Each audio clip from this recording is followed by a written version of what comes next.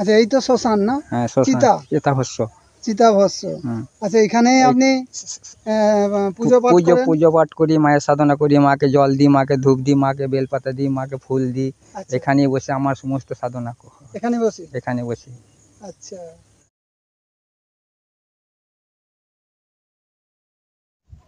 নমস্কার বন্ধুরা, মুখার্জি ব্লগের পক্ষ থেকে স্বাগত জানাই। আশা করি ভালো আছেন, সুস্থ আছেন।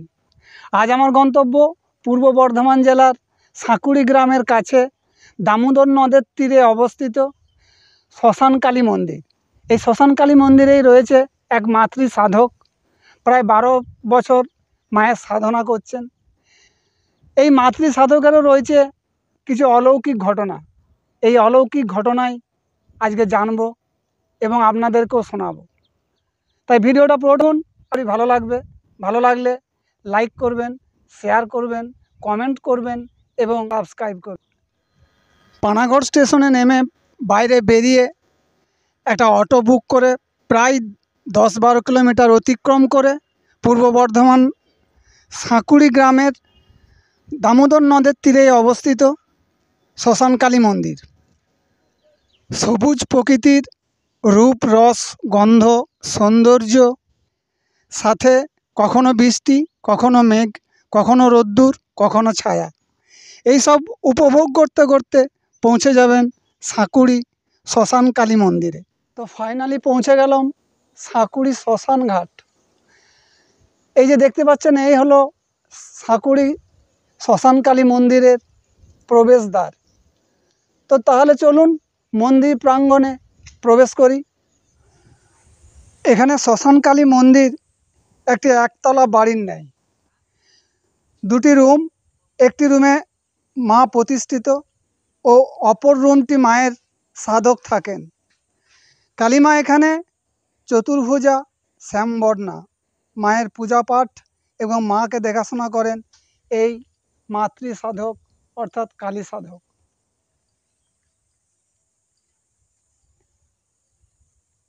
তো চলুন প্রথমে মায়ের গর্ভগৃহে। মায়ের গর্ভগৃহের বেদিতে মা চতুর্ভুজা, শ্যামবর্ণা, নিচে মহাকাল, আর দু সাইডে ডাকিনী এবং যোগিনী।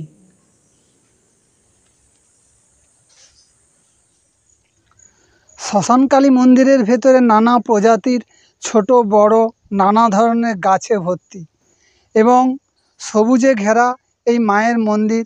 এখানে এলে মনের একটা আলাদা শান্তি অনুভূতি হয়। এখানে এক অদ্ভুত নীরবতা। পূর্ব বর্ধমানের সাঁকুড়ি গ্রামে কালী সাধক মাতৃ আরাধনা করেন একদম সাধারণভাবে। তিনি মায়ের সাধনা করেন। এই মাতৃ সাধক প্রায় 10-12 বছর মায়ের সাধনা করে আসছেন। মায়ের সাধনা ছাড়া কিচ্ছু বোঝে না, তাই সাধনায় প্রাপ্তিও হয়েছে। আমি যখন পৌঁছালাম এই শ্মশান কালী মন্দিরে, তখন এই কালী সাধক চিতায় ফুল ধূপ দেখিয়ে মায়ের গর্ভগৃহে প্রবেশ করে মায়ের পুজোর উদ্দেশ্যে। আচ্ছা, আপনার নামটা একটু বলুন, একটু জোর করে বলুন। কালী আঁকুড়ে। কালী আকুলি? হ্যাঁ। আচ্ছা আচ্ছা। তো আপনি সারাদিন কি আহার করেন? আহারে আলু ভাতে, সকালে দুটি মুড়ি খাই। আচ্ছা। মাকে তোমার আমরা পুজো টুজো করি 10টার সময়তে। 10টার সময় পুজো করে তারপর তোমার মাকে পুজো টুজো করে দুটি মুড়ি টুড়ি খাই। খেয়ে তারপর গ্রাম দিকে যাই মায়ের জন্য নগর ভিক্ষায়, তাই জন্য চাল। এই কালী সাধক খুবই সাদামাটা সাধারণ জীবনযাপন করেন। এখানকার পরিবেশটাও খুবই শান্ত। পাশেই দামোদর নদ। আর 5টা কালী মন্দিরের মতো অতটা জাঁকজমকপূর্ণ নয়। আর ভক্ত শিষ্যও খুব একটা আসে বলে আমার তো মনে হলো। আচ্ছা, এই তো শ্মশান না? হ্যাঁ চিতাভস্য। চিতাভস্য। আচ্ছা, এখানে আপনি পুজো পাঠ করি, মায়ের সাধনা করি, মাকে জল দিই, মাকে ধূপ দিই, মাকে বেলপাতা দিই, মাকে ফুল দিই। এখানেই বসে আমার সমস্ত সাধনা এখানে বসে। আচ্ছা, তো আপনি তো একজন তন্ত্র সাধক, মানে মায়ের সাধনা করেন। তো আপনি অনুকূল ঠাকুরের দীক্ষা নিয়েছেন? হ্যাঁ। অনুকূল ঠাকুরের দীক্ষা নিয়ে এই তন্ত্র সাধনা করা যায়? করা যায়। আচ্ছা আচ্ছা। আর এখানে চিতা বোধহয় লাস্ট কবে দাহ হয়েছে? আজ হয়ে গেল 1.5 মাস। 1.5 মাস।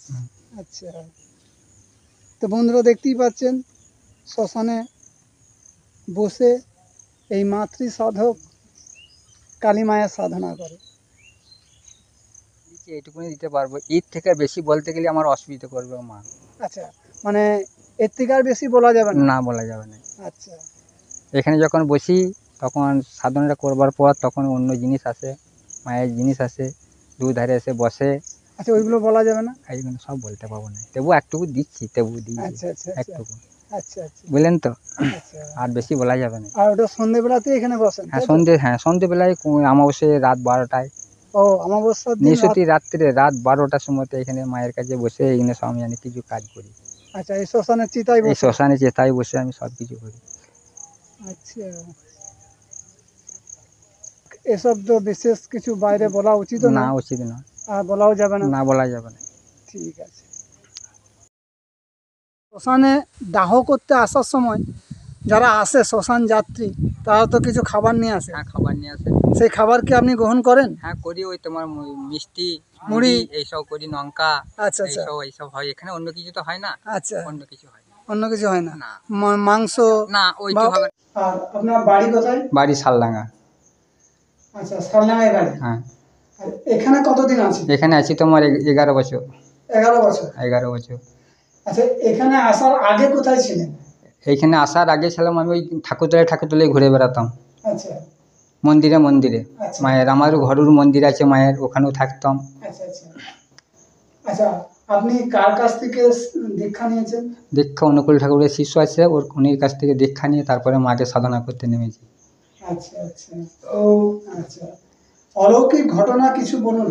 অলৌকিক ঘটনা রয়েছে? অলৌকিক ঘটনা আছে, কিছু আছে। তো মায়ের কাছ থেকে সমস্ত মাকে লোকজন আসে, ফুল দুল সমস্ত দিয়ে কিছু রোগ বালাই আমি ভালো করি। আচ্ছা, আর শুনেছি আসা যায় এইদিকে বনে আসা যায়। হ্যাঁ, ওটা আমি নিজেই করি। আচ্ছা, ওটাও করি। হ্যাঁ, ওটা কি ওই এই দামোদর এই জল রয়েছে, জলে আসা যায়।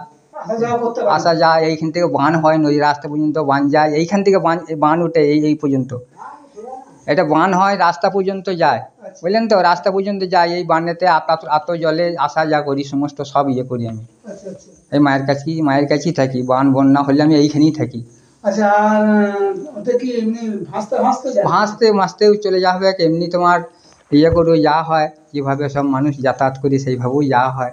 আচ্ছা, আর আরেকটা তো শুনেছি যে যখন আপনি সাধনায় বসেন, হ্যাঁ, সেটা ওই সাপ, হ্যাঁ, নাগ, হ্যাঁ হ্যাঁ, তখন নাকি শুনেছি দুদিকে নাগিনী, হ্যাঁ, ওরা সে দাঁড়িয়ে থাকে। হ্যাঁ, ও তো আসি, মাকে ডাকবাই, মা তুই তপ করি, জপ করি। যখন মাকে ডাকি তখন মা এসে হাজির হয়, সাপ এসে হাজির হবে তখন সাইডে। আচ্ছা, ও সাপরা কিছু ক্ষতি করে না? আমাকে না ক্ষতি করে না। আপনিও ভয় পান না? ওসব ভয় হ্যাঁ, আমি তখন অন্য ইয়েতে চলে যাচ্ছি। হ্যাঁ। আচ্ছা আচ্ছা আচ্ছা। আচ্ছা, এই যে শুনেছি চিতায় বসে নাকি আপনি সাধনা করেন? হ্যাঁ, ওটা করি, সাধনা করি। চিতায় বসে সাধনা করতে হয়। কেন? ওটা করতে হয়, মাকে ডাকতে হয়। চিতায় বসে করে সাধনা করতে হয়? হ্যাঁ। আর ওখানে কি পুজো পাঠ করতে হয়? ওখানে পুজো পাঠ করতে হয়, ধূপ দিতে হয়, আরো কিছু জিনিস দিতে হয়, ফুল দিতে হয়, বেলপাতা দিতে হয়। আচ্ছা আচ্ছা, এইসব দিতে হয় মায়ের, যেটা ভস্য হয়। আচ্ছা আচ্ছা। মায়ের পুজো কখন হয়? পুজো হয় জ্যৈষ্ঠ মাসে। জ্যৈষ্ঠ মাসে? হ্যাঁ, অমাবস্যা ধরে হয় একটা। মানে এটা হচ্ছে ফলহারিণী কালী পুজো? হ্যাঁ, ফলহারিণী কালী পুজো। আচ্ছা, আর এমনি কার্তিক মাসে দীপান্বিতা অমাবস্যায় পুজো হয় না? হ্যাঁ, পুজো হয়, এমনি পুজোটাই হয়। আচ্ছা, পুজো হয়। পুজো আমার প্রত্যেক দিন, আমার মায়ের সেবা চলে প্রত্যেক দিন 2 টাইম। আচ্ছা, এই মাকে প্রতিষ্ঠা করেন কে? মাকে যে প্রতিষ্ঠা করেছে, আমি আসার পর আমি নিজে রেখেছি মাকে এখানে প্রতিষ্ঠা করে। আচ্ছা, আগে আনতো আর জলে করে দিত, বিসর্জন করে দিত। আচ্ছা আচ্ছা আচ্ছা। তো তো আপনি তো এই যে সাধনা করেছেন, তো যদি কেউ কোনো আপদে বিপদে হ্যাঁ, আসে বহু লোক আসছে। তাদের করেন? হ্যাঁ, কিছু করি। মাকে বলে ফুল ঢুল দিই, ঝাড়াঝুড়ি সমাধান হয়? কিছুটা হয়, অনেক হয়ে গেছে।